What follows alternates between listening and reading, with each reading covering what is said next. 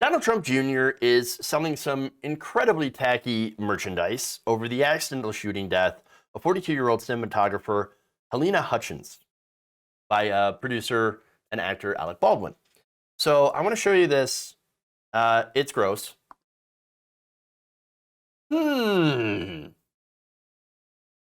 then. Yeah. So that happened. So now he's charging $27.99 for that hot garbage, which literally is just like, there's no design on it. It's just, yeah, it's just that. Now, I wish I could say something like, oh my God, I didn't, how low is the, oh my God, I did not expect this from Donald Trump Jr. No, par for the course. Par for the course. As is, of course, the fact that he also posted a Photoshop picture of the actor wearing that t-shirt. Oh, of course. Yeah, great. Now, there is no bottom to that barrel. The Trump family and the right wing in general, I mean, they don't care. They don't give a damn that somebody needlessly died as a result of a freak accident. No, what they do is immediately jump into pro-gun talking points, which, by the way, gun control, in this case, is not even an issue. And I'll explain what I mean by that in a little bit. But now, first, though, the right wing, ever since this happened, well, they're going after Alec Baldwin, for one, of course, the fact that he's outspoken against the NRA, and the fact, of course, that he's called for common sense gun reforms. Okay.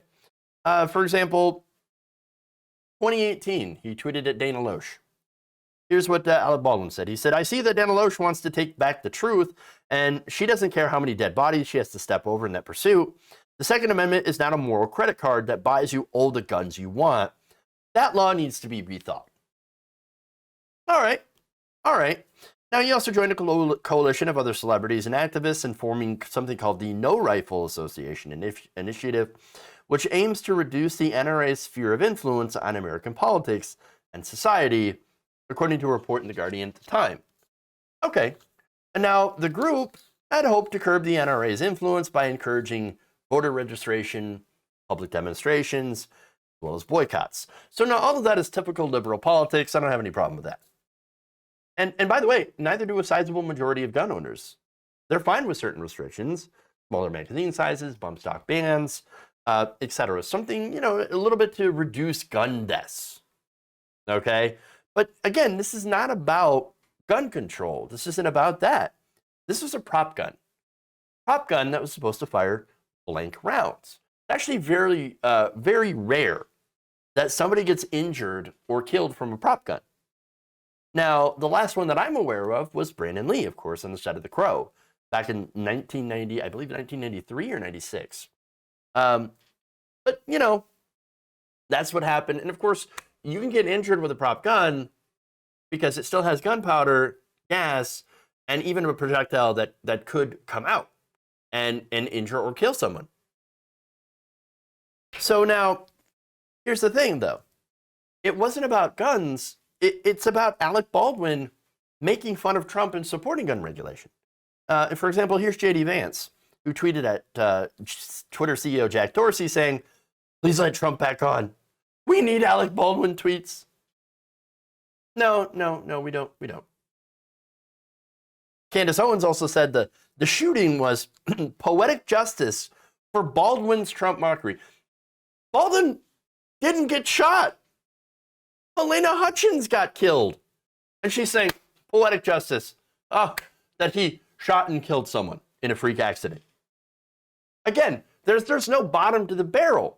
No bottom to the barrel. So no, especially considering Junior's response. He said, screw all the sanctimony I'm seeing out there.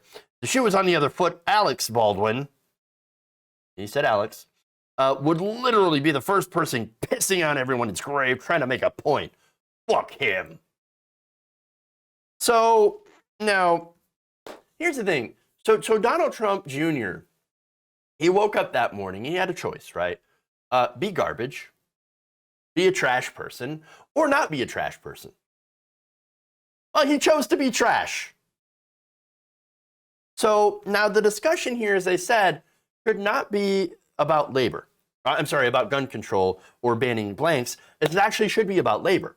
This is a workers' rights issue. Now, how is that? Why would you say that?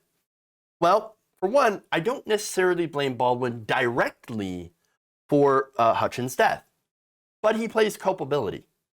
In fact, her family doesn't either, but he does, beyond pulling the trigger, hold some fault to this. And I'm going to explain how. So now, this actually could have been avoided had Baldwin not replaced experienced union workers from the IATSE 600 with scabs, with scab workers. So that's where the fault is, okay? In fact, the ones that were there to check the gun to make sure it was a cold gun, and you know, didn't have a projectile in it that could be dangerous, was someone who was a scab worker. As a producer, Baldwin, or co-producer of the movie, Baldwin cut corners in order to cut costs. This is according to the LA Times. The camera crew had walked off the set earlier that day in protest of terrible working conditions. In fact, a person who identified themselves as a member of the camera crew on Rust, the movie Baldwin was co-producing and starring in, wrote a series of posts about how the crew had been treated like, quote unquote, absolute dog shit. Here's a quote. At the moment, I'm finding to get my crew on this movie hotel rooms when we go long or too tired to drive the hour back from location to Albuquerque. They either say no or offer a garbage roadside motel that's used as a homeless shelter. In fact, the line producer on the flick complained that the motel she booked charges her $10 more per night than the homeless. They haven't even paid the crew a proper check. Huh. So now the crew, of course, being treated terribly, decided, well, that's it. We're going to strike. We're going to walk off. We're not at all interested in working in these terrible conditions. So, you know, they walked off. Baldwin then decided to hire scab labor. Now, what's scab labor? Some of you are asking.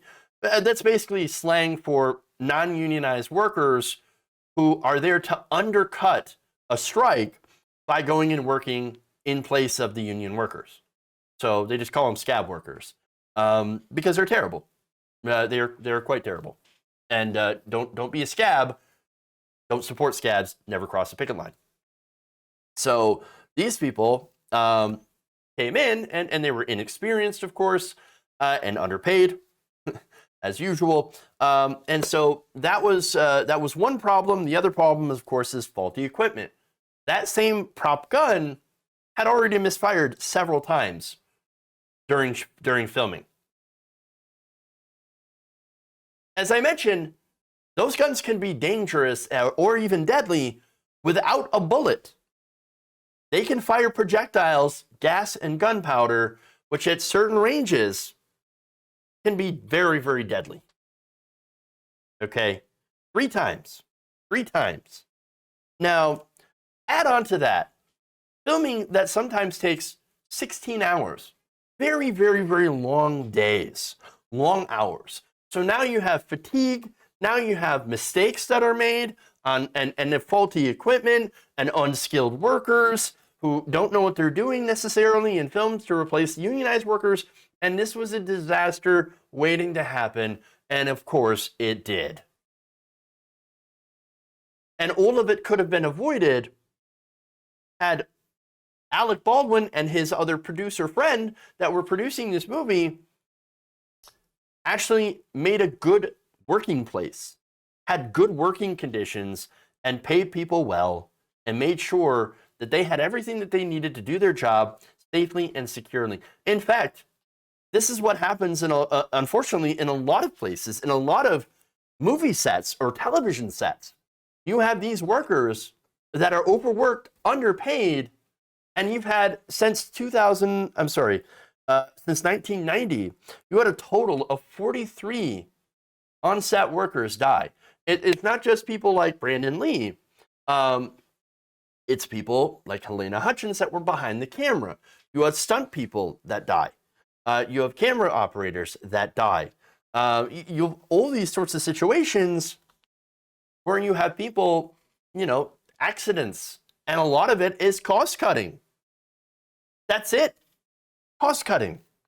And so you have this negligence and dangerous conditions as a result of trying to save money and not pay their workers. And that's really the big issue here. An issue that is conveniently ignored by the far right, J.D. Vance and Don Jr. But by the way, this is also ignored by Hollywood film studios.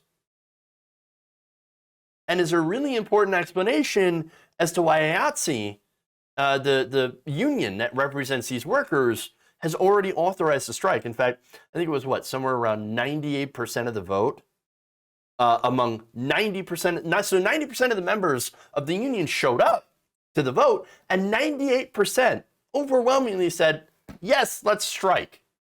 Because things are going so badly for us workers on these sets and are so dangerous that we got to do something. We got to do something. So this is absolutely a story of labor and of how cutting corners and cutting costs and treating your workers like crap leads people to get hurt or die. Labor. It's all about labor. But understand that the right wing is never going to call for better working conditions. They're never going to call for fair contracts. In fact, they're usually the bosses that are against fair contracts and union labor.